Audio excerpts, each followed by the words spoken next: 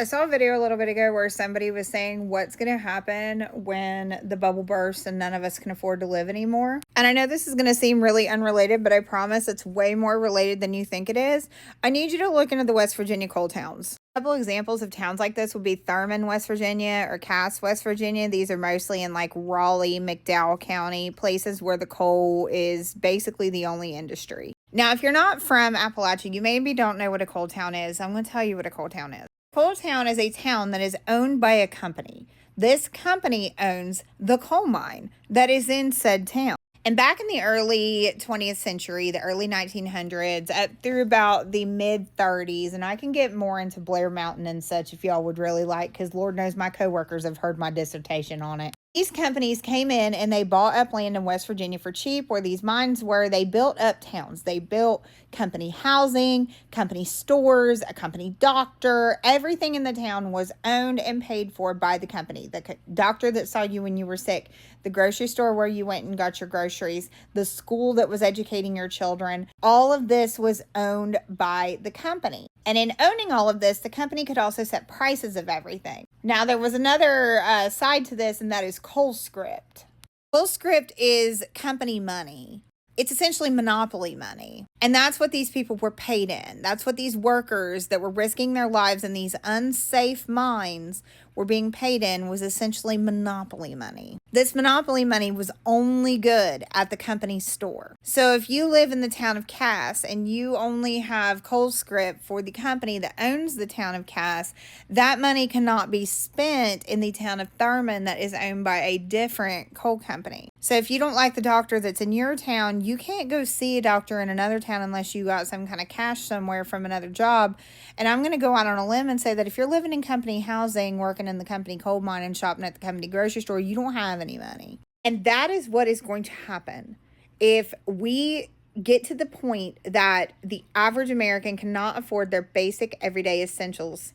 That's what's going to happen. These corporations are going to swoop in. They're going to buy up all of our properties. They're going to buy up our houses, these cities, everything. And we're all going to be living in company housing. You can live in this company house, this company apartment, this company pod, whatever, as long as you work for the company. But what happens when you don't work for that company anymore? What happens when that company replaces your job with AI?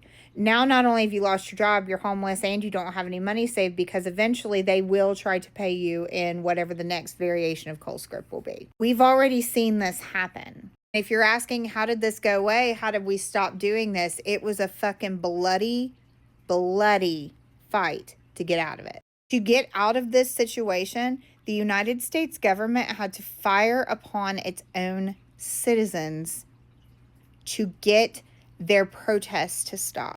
Obviously, it worked, and over time, this system did go away. These company towns are no longer in existence. There is one that's preserved somewhere down there. I don't remember the name of it off the top of my head, but it is preserved. You can go see it. It's run by the National Park Association. I don't know what the National Park thing is, but it's run by the National Park.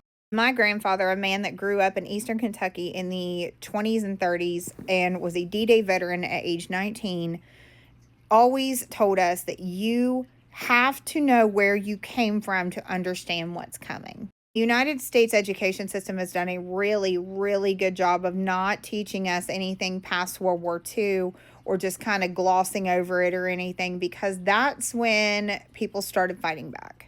Cold Wars in West Virginia, civil rights, labor union. And John F. Kennedy was elected president, bought and paid for by Joe Kennedy, with the state of West Virginia running on safer working practices and union principles because of the shit that had happened to those people in recent memory. So like they always say, those who do not know our history are doomed to repeat it. And there is a section of our history, particularly in Appalachia, that has been suppressed from general education for a long time because these people did rise up, these people did fight back, and these people fucking won. Things are not okay. Things are not going well. It's a bad time, guys. It's a bad time. And unfortunately, I fear, along with a lot of other people, that it's going to get worse before it gets better. And that's if it gets better. I mean, this is the first time that a lot of the adults that are around right now are experiencing a shit economy.